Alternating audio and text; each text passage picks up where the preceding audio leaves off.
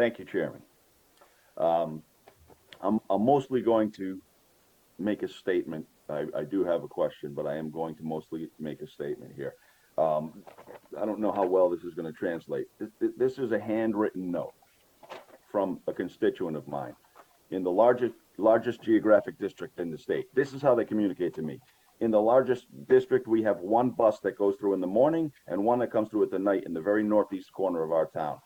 This elderly person, closed this note out with another example that Rhode Island is the state where hope goes to die. This is the frustration that the people I represent and all of my colleagues represent are feeling. And doctors, my comments and my ire is not directed at you as professionals. I certainly revere what you do, and I understand you have a very difficult job. However, Dr. Jha said it very, very well, I think, when he pointed out that the states that are doing so well are the ones that are doing it the most simply. And we aren't. We are overcomplicating it. How does this person go on a link and sign up, whether it's a state link or a CVS link or a town link? They don't have links. They write handwritten notes. This is this is the population that's dying, and we're not communicating to them. Doctor, you did say that we communication is the key and we need to communicate well. But in the last meeting, we heard glowing praise about how well the communications team was doing. And our constituents hear that as well. And that just furthers their frustration when they hear the government, us, politicians and policymakers and elected administration officials patting themselves on the back while they have to write notes to try to find out where they get their vaccines. This is where we are.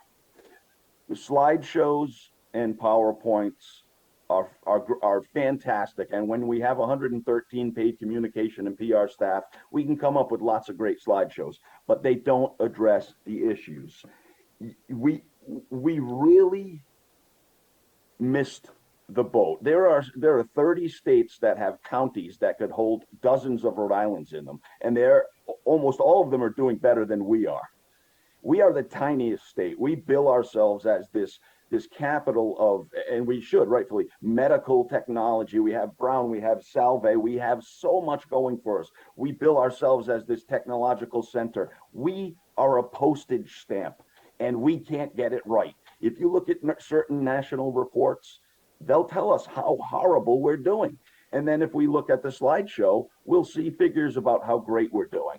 Well, the expression, and this is not, again, directed at anyone personally, the expression that liars figure and figures lie is not an expression for no reason. Because if you look at page 7 on the slideshow, anyone from the age of birth till 50 has not died. Every one of them is 0% deaths. And we know that's not true, but that's a figure. So figures can be very difficult for people to interpret, especially when they change every single day.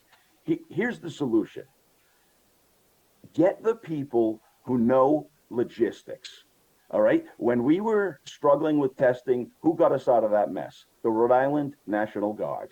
And I understand that they're playing a role in the vaccination, and that's perfectly appropriate, but they should be playing a greater role. We should have guardsmen in every city and town in this state. There should be one central command center who is, of course, responding to either the adjutant general or the governor, but it should be a singular file of hierarchy. There should not be branches everywhere with tentacles of towns and pharmacies. It's not working. Rhode Island is failing, and we just can't continue to do this. I don't understand why we haven't enlisted the National Guard on a greater or a higher level to do more of the logistics, because that is their wheelhouse. They know how to allocate assets, get them where they need to be when they need to be there, and execute. They've already demonstrated that, and I am pleading with the administration to put their pride and egos aside and admit that they failed, and we need to embrace a different model, completely different model. And that model, in my opinion, includes a very large component of the Rhode Island National Guard. The one question I do have And this is in reaction to a conversation that I heard on the radio yesterday where medical professionals who received a link to sign up for vaccines were able to share that link with non-medical professionals. And on the radio, there were people admitting openly, they were hairdressers, and they were able to share this email and get vaccinated. I don't want to argue and I don't want to be corrected about whether or not that's happening. We heard it on the radio. I want to know if someone is doing this, are there repercussions? Because if we're sending an email out to a medical licensed professional, in this case, we heard on the radio, it was a nurse that gave the link to a hairdresser. Why are their licenses not on the line when they do something so egregious as to share a link that was meant only for a specific group to someone who is so far down on the list that they're probably going to be vaccinated next year?